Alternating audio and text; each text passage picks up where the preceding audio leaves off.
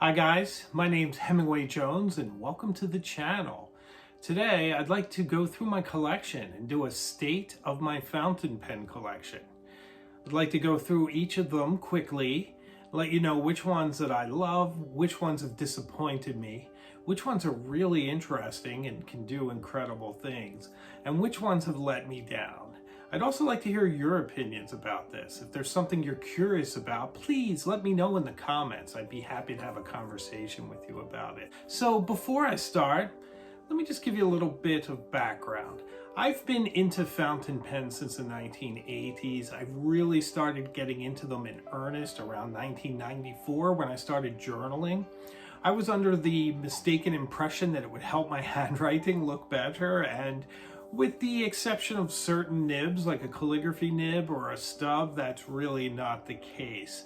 But I have enjoyed trying out different pens, different inks over the years, and there have been periods where I went years writing with only one pen. And then there's other times when I'm out buying a pen almost every month. I think that's kind of how this hobby is. There's times you're very passionate about it. There's times when you're perfectly happy to use one or two pens. So there were times when I literally gave away half of my collection or more as gifts to friends. And there were times when I was accumulating pens to the point where I barely had a chance to break one in before I was buying another one. And to be honest, I would rather buy fewer, enjoy them, really get to know them, than to have a huge collection. That's not really what I'm interested in at all. As a matter of fact, I'm trying to have fewer things in general. But at least pens don't take up a lot of room, right? So without much more fanfare, let's go through the collection and let me know what you think in the comments.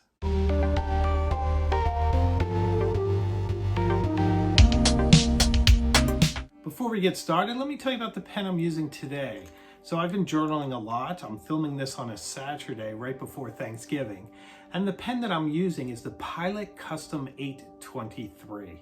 What I love about this pen is that it's vacuum filled and it makes that awesome whooshing sound when you fill it. It holds a ton of ink and it has one of the best nibs out there. I mean, for under $300, this pen writes as well as any pen that I can think of. It is an extraordinarily smooth writer with a bit of feedback, just enough to make it interesting. In fact, one of the things I find interesting about this pen is that you need to almost rein it in. It's so perfect that it feels almost fast. It's almost hard to control because it just wants to flow along. I find myself writing very small and precisely, both to rein in the pen and because it can. The nib is that great and precise. It's a great pen. All right, let's take a look at my collection. First of all, this is where I store my pens. I like to have them within easy reach, and I keep them in these 3 leather storage cases. They're right next to my desk where I work, right by my other notebooks, and my journals are above them. So they're very easy to get a hold of, and I really love having my collection right here. So this leather case is from a company called Girologio, and I bought it from Goulet Pens. And it holds quite a few pens, so let's go through them. I do organize my pens, and I'm frequently changing how I do it. Sometimes I do it by color, sometimes I do it by brand, sometimes I do it by nib or which ones I currently have inked. Right now, it's mostly by brand in descending order of how often I use them. Our first pen is a Montblanc 22 from the 60s with this great blue ink window and a flexible medium nib. It has a hooded nib and it writes incredibly. It's very elegant. Our second pen, I think, is a very underappreciated one. It's a Montblanc 264. Look at that ink window. It has an incredibly flexible medium nib, beautiful gold nib as well. It writes amazing. It's just a joy to use. Our next pen is a Montblanc 252 with an oblique nib. Very nice writer. This one has ink in it, so I need to be careful. Here's the mighty Montblanc Meisterstück 149 with a medium nib. Just an amazing pen, an all-around classic. This is the Sailor 1911. I haven't inked this one in a while, and I feel all the lesser for it. It's a fantastic pen. Here's a pen I'll do a review for soon. It's a Cartier Diablo, an amazing pen, a nib much like a Montblanc, in fact, suspiciously like a Montblanc. It's got a ruby cabochon. It's made from Chinese lacquer on a brass base, so it's quite a heavy pen, but elegant and amazing to write with. This is a gorgeous pen.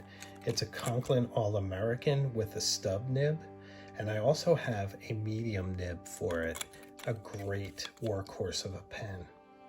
Here's its cousin, a Conklin Durograph, also in a stub nib.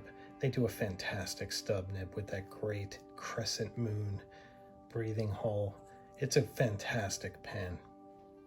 I love this Schaefer pen, the integrated nib in the Art Deco chrome and the way that the cap slides on and off so easily.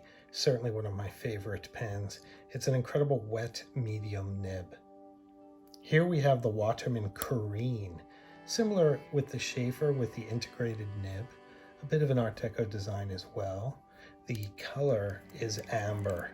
It's this gorgeous brown with some nice depth, a beautiful pen from France. Could this be my most beautiful pen? The Pelikan M600 Sovereign in red tortoise. Just gorgeous, so much depth and nice gold accents.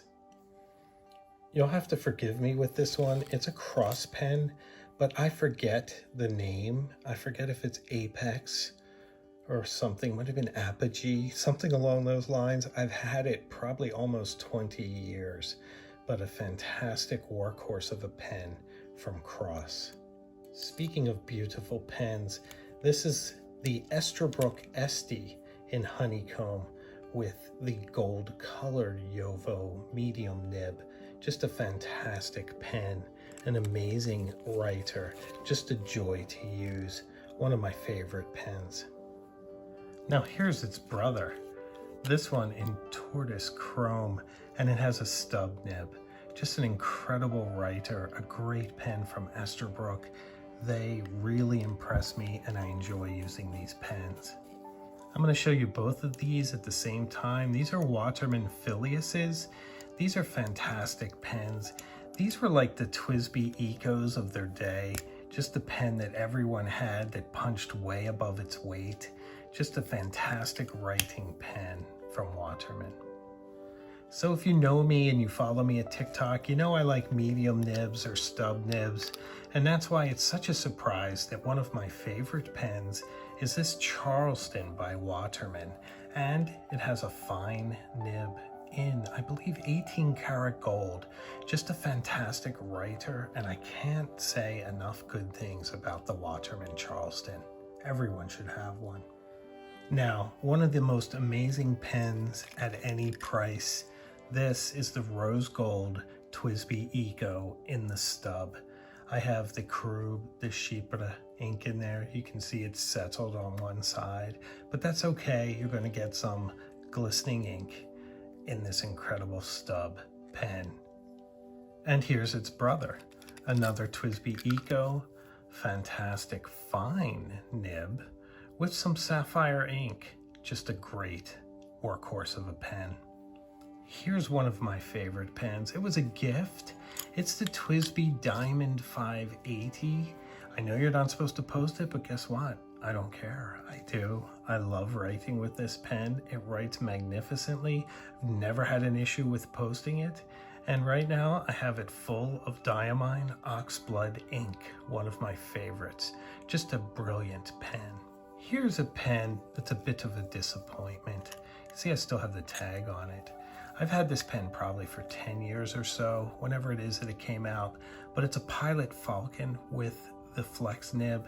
It's not very impressive. It doesn't write very well. It doesn't flex very well. It's just an okay pen, and it's quite expensive for what little you get from it. Now I'm glad I have these together, because contrast that with this. This is the fountain pen Revolution pen with a flex nib. This is about $40 and that Pilot Falcon was about $200. This runs circles around the Pilot. It's a brilliant pen. I'm not that great with flex writing, but I wish I were. Fantastic. And this is the same pen in the second version. So it has a better converter. It's a different color and the nib is slightly better. So once again, pick up a fountain pen Revolution if you want flex writing, although you'll see a little later on I have an even better option. By the way, this really blends in with the countertop, doesn't it? We're now going to go through this one. Our next pen is the Pilot Metropolitan. This has a fine nib. I'm not very impressed with this pen. I don't like the squeeze converter. The nib is a bit scratchy. It's not much fun to write with. I know Metropolitans are great pens. I've tried other ones, but I'm a bit disappointed with this one.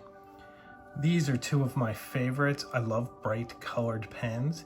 These are two Kaweco Sports in the frosted models. Just amazing writers, very light, very easy to pack, fantastic writing pens, just great options. Here's a pen I love so much. I have two. This, of course, is the Brass Sport. This one I use the most because it has a calligraphy nib. And I am so much more into interesting nibs now. Stubs, obliques, calligraphies over mediums and fines. I have enough of those. This pen is awesome because it changes over time. You get a fantastic patina. Just an amazing pen. I love how you can just like stick it in and then twist it and it's tight. And then this one's in medium. Just another great pen. Highly recommend these. Indestructible. Now we're going to speak about some vintage options, and I bet anyone out there who's into pens and has stayed this long on this video knows which one this is. This, of course, is the Parker 51, the favorite pen of Queen Elizabeth and others. I always imagine that like the Kennedy White House probably used these. It's just an incredibly elegant, fantastic writer. It has the button fill, which I quite like. I am a fan of internal fills, any kind of piston, vac, converters next, and cartridges are my last options. But I do like this pen. It's just a fantastic original Parker 51. While we're on Parker, I thought I'd show you this one. This is a Parker 22. It's dead stock. It's never been written with. It's similar to the 51, has a different kind of fill. It has a squeeze converter. I hear it's a fantastic pen. I've never put ink into it. It was a lovely gift from a friend of mine. Do you think I should ink it up for a future video? Give me a little bit of encouragement. Maybe I will. From the same friend, I got this lovely East German pen. Many East German people that went to the schools there are very familiar with this pen. I love writing with this. It's quite fun. It has been used, so inking it was not a problem. Just an interesting pen, sort of Montblanc influenced, maybe a little bit of Parker there as well. Just kind of a incredible pen in its own right. Mind the pun. Here's another powerhouse from Kaweco. This is the Lilliput. This is my EDC pen. It's almost always in my pocket. It has a medium nib and it writes quite boldly. It's a gorgeous pen in this fire blue finish. I highly recommend this pen to everyone. You won't regret it. It's great having a fountain pen with you at all times. Back to vintage pens. This is my oldest pen. It's about 100 years old. It is a Waterman 52.5 with an incredibly flexible nib. It's a nib like a paintbrush. It doesn't hold much ink. It's made out of hard rubber, but just an absolutely fantastic pen, a great writer, very elegant. The modern Estabrooks are favorites, and so are the vintage Estabrook J's. I actually have two more of these, but these two I have out. Just incredible writers. I have various nibs for them.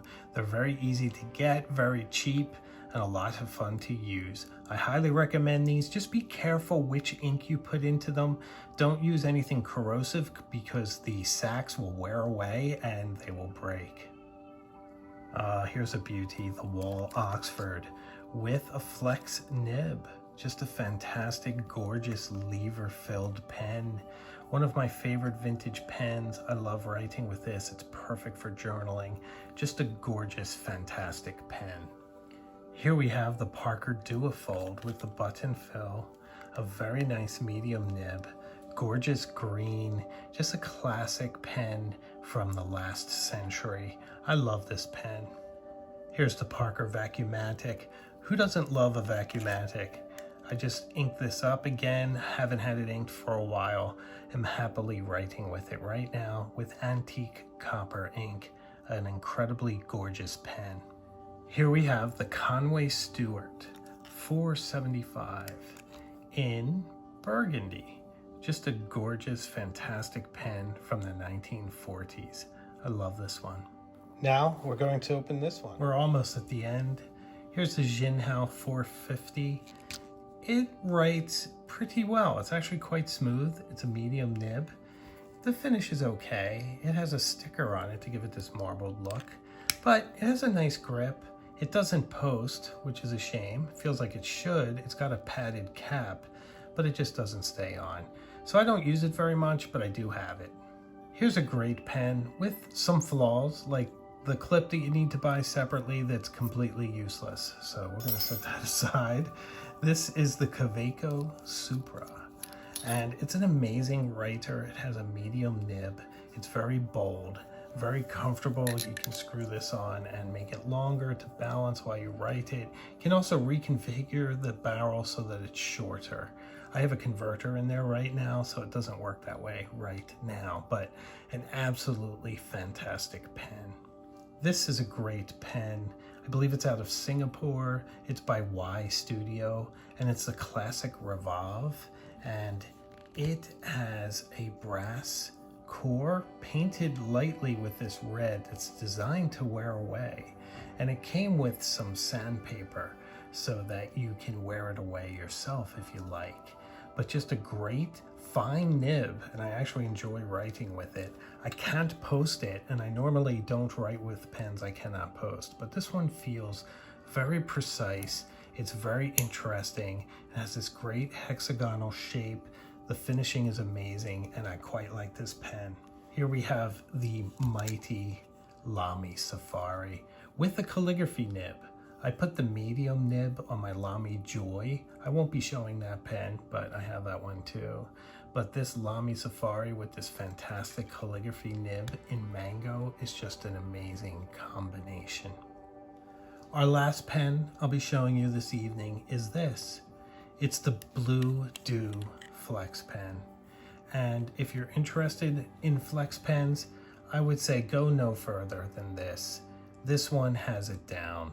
Now, I am not great at writing calligraphy, but if I were, this is the one I would use.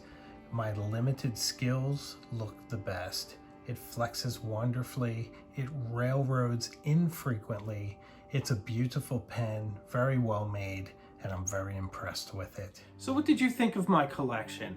Let me know in the comments. Do you have a question about anything? Do you want me to do a full review on any of them? Let me know. I'd be happy to do it. Well, I do hope you enjoyed this tour of my pen collection.